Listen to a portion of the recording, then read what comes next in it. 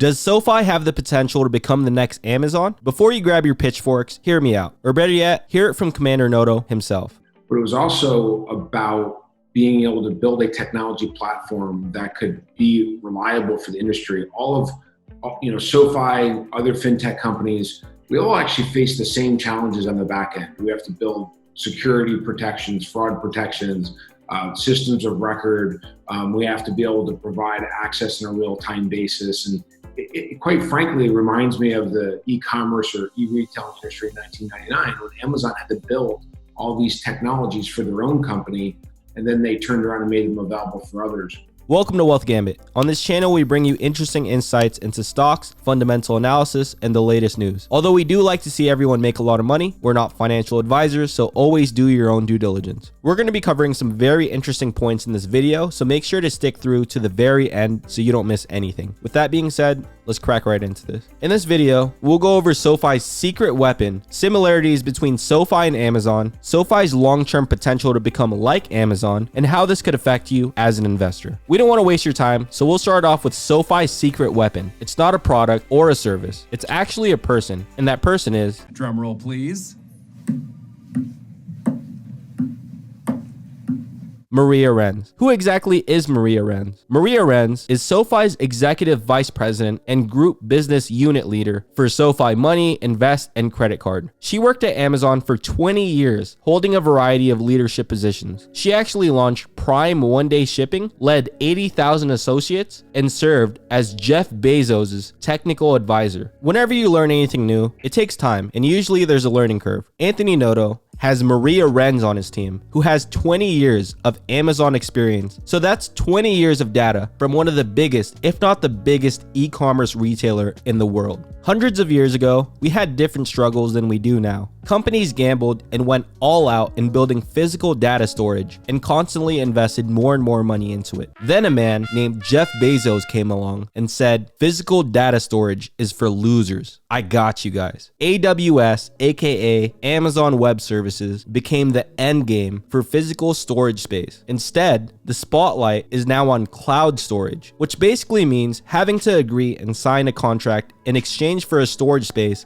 that a company could use in its operations. Just to clear out things in your imagination, let's try to think of a company that's doing online business. On holidays, so many people are counting on online products. If more of them keep coming to a company's website, there's a huge possibility that it will crash if the data storage can't handle all the traffic it causes. Now what? The business feels like it's being sabotaged. With all the various cloud computing products and services from Amazon Web Services, it accounts for one of the most profitable segments of Amazon. It serves as a buffet, actually. Developers and end users can choose from a range of offerings, such as servers, storage, networking, remote computing, email, mobile development, and security. But all in all, you could say that products from AWS have categories like virtual machine service, low-cost cloud storage service, and Amazon storage system. Just for the first half of 2021, it has already increased 35% year over year to $28.3 billion. Amazon was first founded in 1994 and they started off selling books. Now, Amazon is a juggernaut in the e-commerce space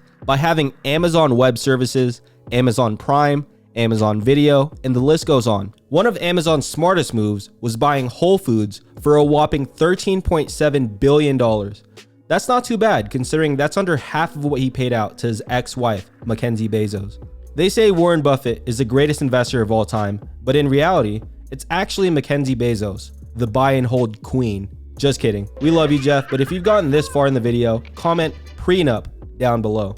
Anyways, nowadays, you could buy almost anything and everything from Amazon and have that shipped to you within a day. SoFi, on the other hand, started off in 2011 refinancing student loans, and now they have a massive platform where you can invest in stocks, get personal loans, home loans, credit cards. They have 20-year naming rights for one of the best stadiums in the world, and a lot more. It's almost as if they're both one-stop shops.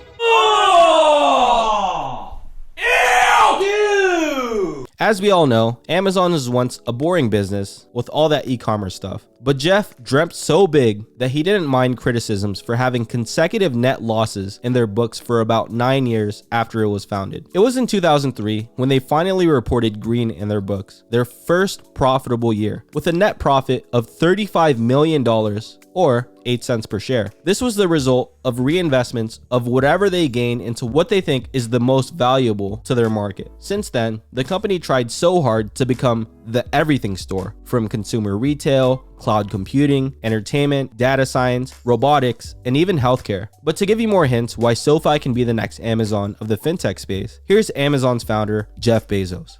What we're really focused on is thinking long term, putting the customer at the center of our universe, and inventing. Those are the three big ideas to think long term, because a lot of invention doesn't work. If you're going to invent, it means you're going to experiment, so you have to think long term.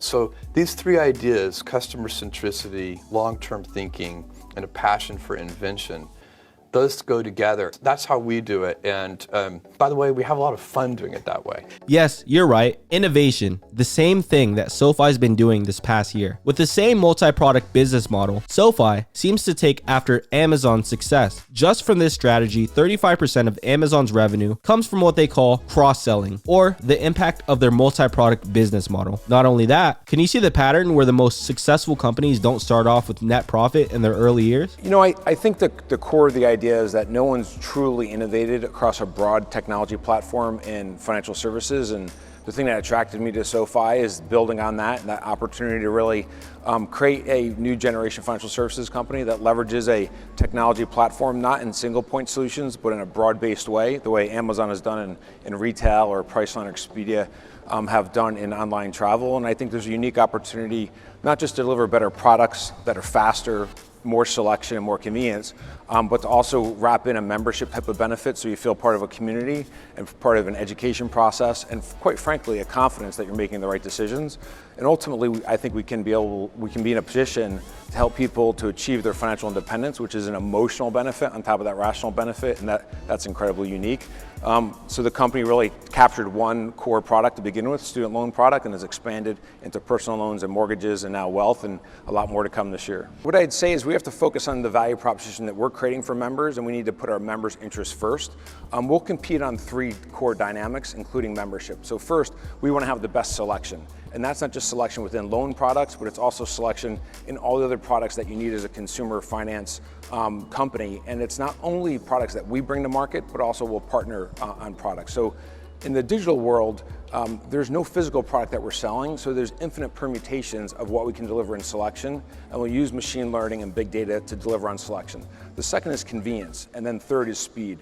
We want to be the fastest place for you to apply, to get approved, and to be able to access your funds. The fastest place to be able to buy a stock, fastest place to sell a stock. In every area, we want to be the fastest, and we'll focus on those three things, and then of course, wrap it all around a membership relationship. Did you hear that? Anthony Noto wants to put the members first, he wants to focus on speed, and he also wants to beat out all the competition. Doesn't that sound familiar? We hope you guys enjoyed this video. If you're holding SoFi, comment down below how long you've been holding SoFi. Like this video, subscribe, and we'll pick out a few comments and shout you out in the next video. That being said, let's get our money right. Until next time, peace.